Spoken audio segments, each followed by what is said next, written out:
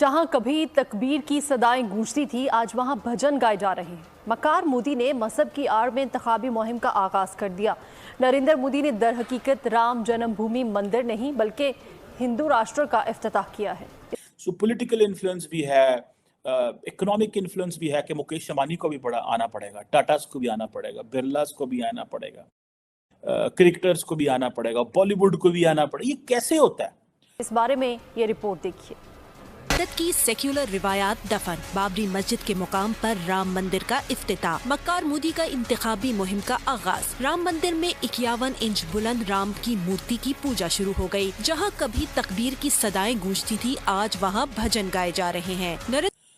मैं देख रहा था राहुल कंवल जो हैं वो he was speaking with Mukesh Ambani और उनकी बेगम, आई थिंक निधि उनका नाम है शायद, एंड उनसे पूछा गया कि आप कैसे देख रहे हैं आज के दिन को, तो मुकेश अंबानी ने कहा this is new age of India. मुसलमान ऐसी जगह पे रहते हैं जहाँ ना पानी है, ना बिजली है, ना स्कूल है, ना अस्पताल है।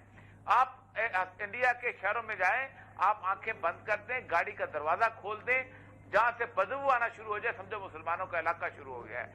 बॉलीवुड भी नरेंद्र मोदी की बर्थडे आती है तो सारे का सारा बॉलीवुड खड़ा हो जाता है।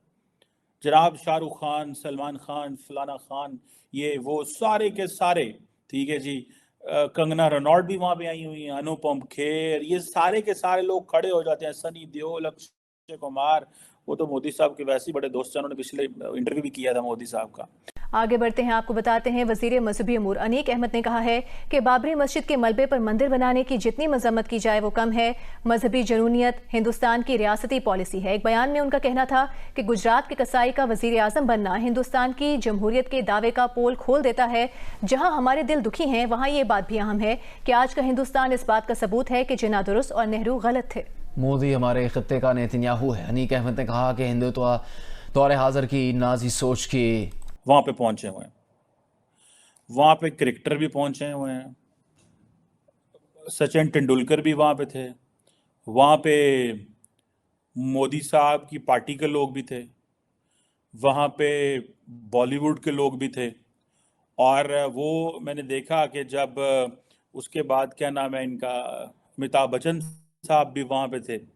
सो प्राइम मिनिस्टर मोदी और उनकी पार्टी ने एक बहुत ज्यादा कंट्रोल जो है वो एक उनका कंट्रोल है सिस्टम के ऊपर।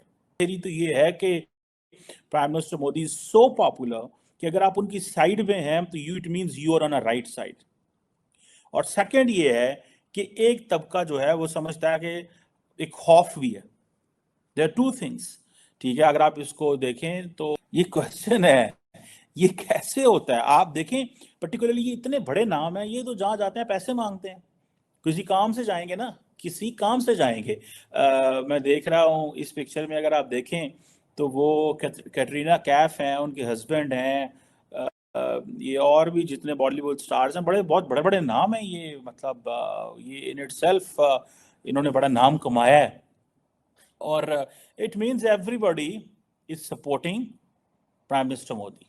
जिसके अंदर आप एक अक्सरियत को हक दे देते हैं कि वो अकलियत का गला घूंटते, सिर्फ वोट की ताकत है। बीजेपी वोट की ताकत से आई है, बीजेपी आसमान से नहीं उतरी है। आप अंदाजा करें 1982 में 2 सीटें थी बीजेपी के पास। उसके बाद आगे जब उन्होंने बाबरी मस्जिद का मुद्दा उठाया तो उन्होंने गवर्नमेंट बना ली, इस तसब की बुनियाद पर गवर्नमेंट बना ली। पब्लिक ने उनको वोट दिया, पब्लिक ने उनको इलेक्ट किया। हिटलर जो है वो फाशिस्ट जब बना था तो वो थम्बिंग मेजॉरिटी से जीत के आया था। 90% वोट लिए थे उसने जर्मनी में, और पूरी जर्मनी में उसने यहूदियों का कत्लेआम किया था। मसला सारा यह है कि जब एक पूरा ग्रो जो है, आप क्या हल है आपके पास? कुछ नहीं, सिवाय इसके कि एक मुल्क के अंदर अकलियत जो है वो अलहदा होते होते एक जगह पे इकट्ठी हो जाती है और वो इलाके जो है उनका गढ़ बन जाते हैं, और फिर तलवार उनके फैसले करने लगती है।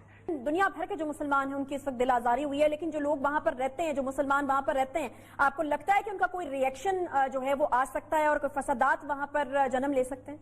बहुत देखिए 1947 से लेके 1990 तक ये जो साल थे ना, इनमें कश्मीरी जो थे इंडिया के मुसलमानों को कहते थे तुम हमारा साथ नहीं देते हो, तुम गलत करते हो।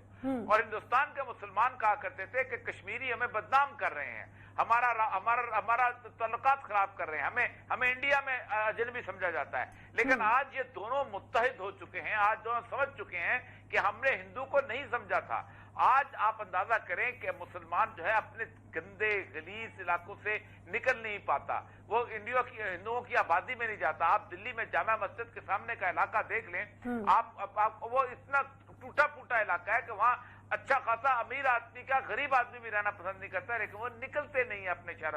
उनको पता है कि जब वो हिंदुओं के इलाके में रहेंगे ना उनकी बेटियों की इज्जत महफूज रहेगी, ना उनकी जाती इज्जत महफूज रहेगी। वो अगर कोई गोश्त का टुकड़ा भी हाथ में पकड़े होंगे तो उसको बीफ कह के उनको मारा जाएगा, और इस बुरी तरह मारा जाएगा कि इसके सामने।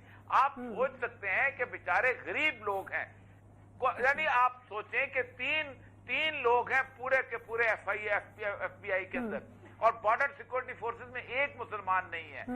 नौकरियां उनको नहीं मिलती, कोई कबाब बेचारा लगा रहा होता है, कोई सब्जी बेच रहा होता है, कोई साइकिल रिक्शा चला रहा होता है, उससे भी उनको सौदा सर्व देने से मना कर दिया गया था कोरोना के जमाने में। दीदी ने, बहन ने मुझसे पूछा पाकिस्तान की कि आप मुगलों को मिटा रहे हो, मैं हैरान हो गया।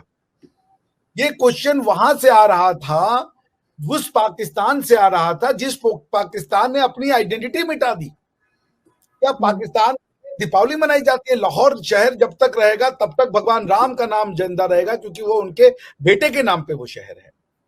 तक्षशिला से आपने तक्षशिला को आइडेंटिटी बनाकर आपने तक्षशिला को अपना कैपिटल बनाया, आपने तो इस्लामाबाद को अपना कैपिटल बनाया। पाकिस्तानी जब ये पूछते हैं ना तो बड़ी पीड़ा होती है कि आप